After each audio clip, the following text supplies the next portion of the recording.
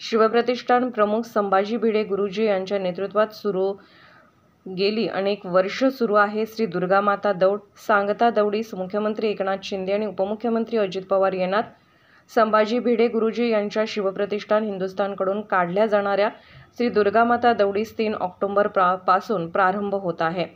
शिवप्रतिष्ठान हिंदुस्थानची श्री दुर्गामाता दौड महाराष्ट्राच्या कर्नाटकात सुद्धा सुरू आहे। घटस्थापनेच्या दिवसापासून ते दसऱ्यापर्यंत 9 दिवस पहाटे ही दौड सुरू असते। यंदाच्या दौडीला 3 ऑक्टोबर पासून सुरुवात होत आहे। दररोज पहाटे 5:30 वाजता हजारो युवक या दौडीमध्ये देव देश धर्मासाठी सहभागी होऊन या दौडीला प्रतिसाद देत असतात। दसऱ्यापर्यंत 9 दिवस सांगली शहरातील विविध मार्गावरून ही दुर्गामाता दौड काढली जाते। दौडीचे प्रत्येक दिवशी शहरातील विविध मार्गावर रांगोळ्या काढून फटाक्यांची आतिषबाजी करत स्वागत केले जाते। डोक्यावर भगवा फेटा आणि कमरेला शेला बांधून हजारो धारकरी या दौडीत सहभागी होतात।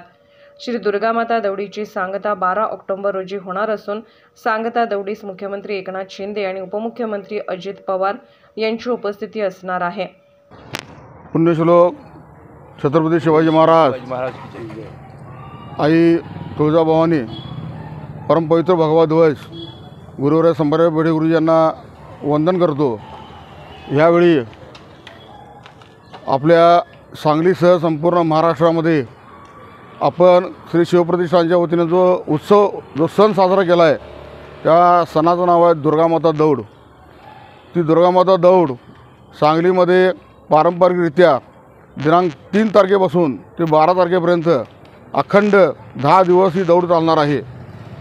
या दौडीचं वैशिष्ट्य असं आहे की आई भवानीला, आई दुर्गामातेला देशाच्या कामासाठी आम्हाला ताकद दे, बळ दे हे मागायसाठी आम्ही रोज किमान 10 ते 12 किलोमीटर अंतर कापून आईची आरती करायला जातो आणि आईजवळ मागणं मानतो की आई आम्हाला यश दे।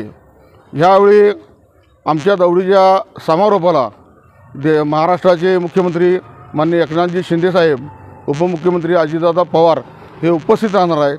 माझी सांगलीकरांना कळकळीची विनंती आहे की आपल्या धर्मासाठी सगळ्यांनी एकत्र येऊन ही दुर्गामाता दौड न भूतो न भविष्यती अशा स्वरूपात आपण पार करूया। आपण सगळ्यांनी 3 तारखेपासून 12 तारखेपर्यंत अखंड या दौडीच्या कामातच राहूया। माझी सगळ्यांना परत कळकळीची विनंती आहे।